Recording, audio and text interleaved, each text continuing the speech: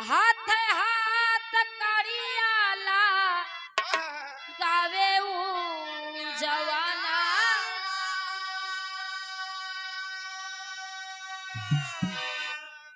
चट बंदा कैले जेल खान हो।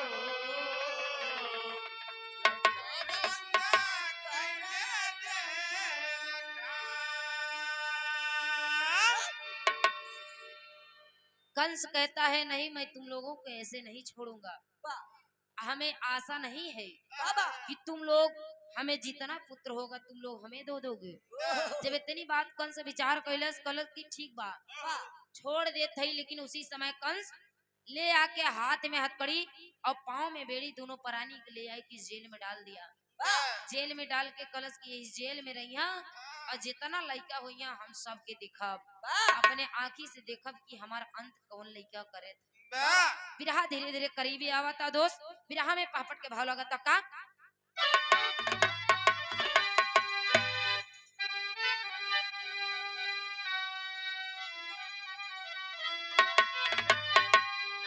दोनों प्राणी जेल में रहने लगे। जब साथी में दोनों प्राणी जेल में रह लगे, धीरे धीरे समय बीतत बा। कंस जब देवकी के जब पहला लड़का भा सूचना दे जेलर साहब की देवकी को लड़का पैदा हुआ है। कंस जाए के पारी पारी से जितना लड़का भैले 6 लड़का के पारी पारी से मारत बा।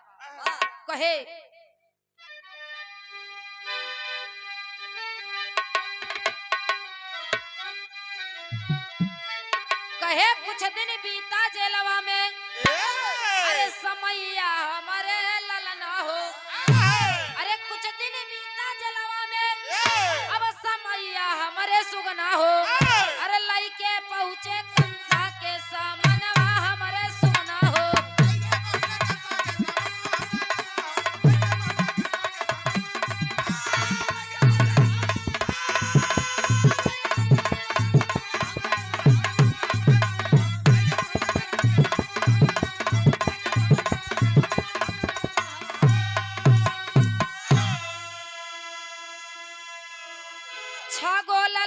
छोड़ा अरे कंस अभिमानी,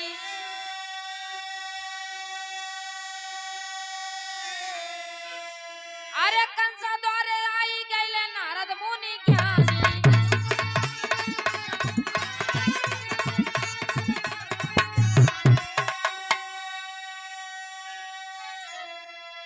लगे गिनावे नारद कंस समनवा हमारे सुगना हो।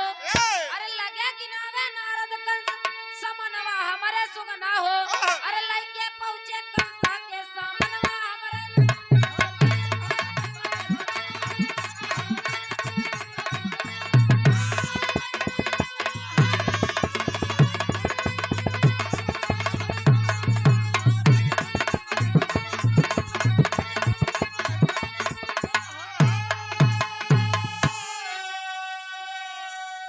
समय बीतत बा। धीरे धीरे देवकी की जब 6 लड़का पैदा भइल, तब वही रास्ते से एक दिन नारद मुनि जी भेटाई गए।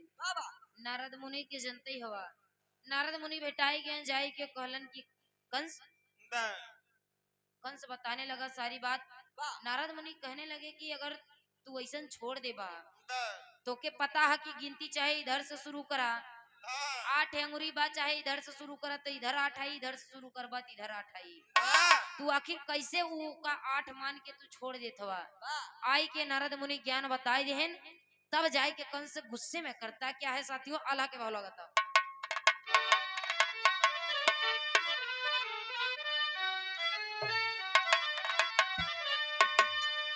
अरे सबही ललानावा के काटे गर्दनवा भैया,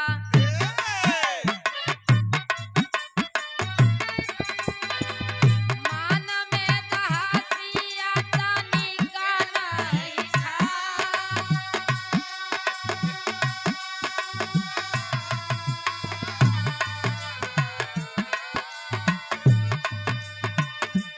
बाबा बढ़ावे बाते आइले नारद के निय बाबू।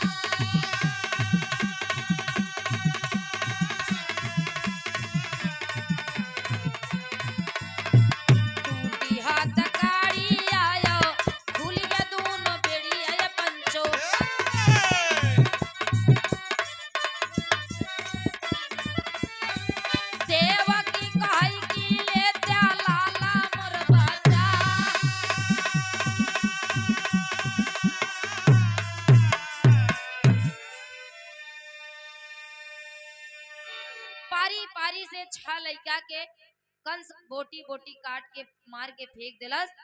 जब 7वां लड़का आयल, उ लड़का के भगवान कन्हैया के माया रोहिणी के नक्षत्र में डाल देते हैं और 8वां गर्भ वही माँ देवकी के गर्भ में आता है, जेकर नाम भगवान कन्हैया बा।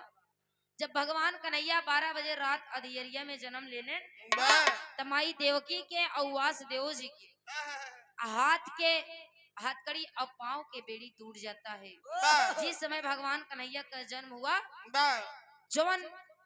जो बादल गरज रही थी, जो बारिश हो रही थी, उसी समय भगवान वासुदेव जी माता देवकी जी से बात कलन।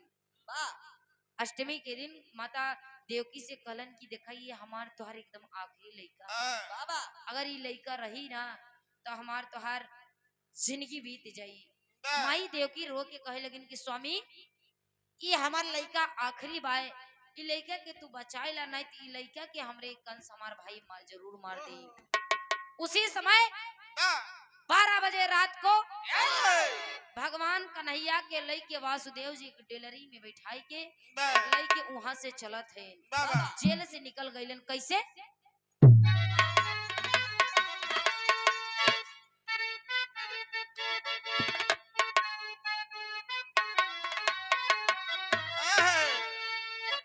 जब भगवान कन्हैया जी के लई के वासुदेव जी गईलन, जब पहुंचलन जमुना में, जब जमुना में पहुंचलन तो जमुना माई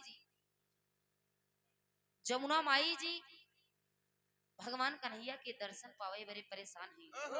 जैसत जैसत वासुदेव जी आगे जाते हैं, उसत जमुना जी लहर मारत है, चरण स्पर्श करे बरे कि हम भगवान कन्हैया के दर्शन के लिए कहत का कहे छुआई चरना, अरे छुआई चरना तो गईले नंद के भवन में छुआई चरण।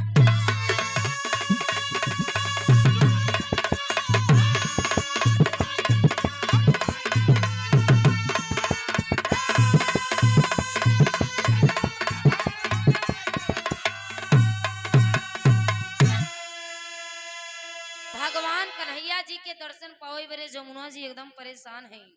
जब देखत हैं वासुदेव जी जमुना जी लहर मारत हैं, तब वासुदेव जी एकदम घबराए गए। तब भगवान कन्हैया कहन कि मामला ठीक न हुई। भगवान कन्हैया जी अपन पैर लटका दिए। जब पैर लटका दिए, जमुना जी भगवान कन्हैया के दर्शन पाके धन्य हो गई और वहां से जमुना मैया जी धीरे धीरे वापस चली जाती हैं और भगवान कन्हैया के लई के वासुदेव जी गईलन यशोदा जी की यहाँ। जब वहां गईलन तो देखा थे इनको वहां एगो लड़की के जन्म बा। यहाँ से भगवान कन्हैया के लेके गईलन, वहां एगो लड़की के जन्म बा। भगवान कन्हैया को यशोदा जी के गोद में रख देते हैं और वहां से लड़की लेके चले। ईश्वर की माया है। जब लड़की चली आए, रातों रात जेल में पहुंच गए वासुदेव जी। वहां से वापस होकर रातों रात जेल में पहुंच गए तो सुबह हुई, जब शोर हो गया कि देवकी जी को बच्चा पैदा हुआ है। कंस कहता है कि उस बच्ची को हमारे सामने लाया जाए। अरे बाबू, जब बच्ची को देखता है कंस, लोग लेकर आते हैं। कंस जब बच्ची को देखता है, देखस की कलश की आए है तो लड़का के जन्म होके के चाहिए, लेकिन ये लड़की लगता है कि मृत्यु के डर से लड़की के जन्म पा गई।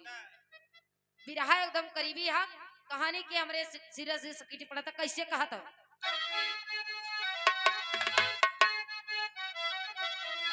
अरे शोर मच गया नगर में भारी, पैदा भइल करी नवा हो। अरे जैसे कंसा पटकन चाहा, उड़ गईली असमनवा।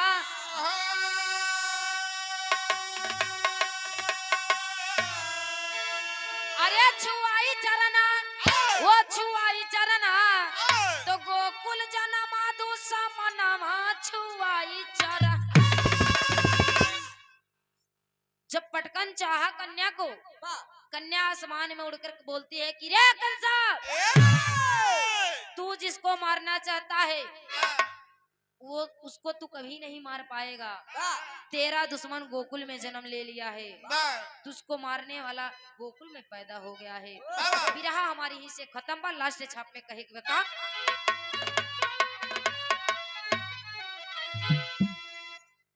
बाबा दीन महाबली गुरु बुधराम, गुरु बाबा दीन के माया कथन किए कवि हरिचंद जी। अरे भाई हमारी टीम ने सजाया,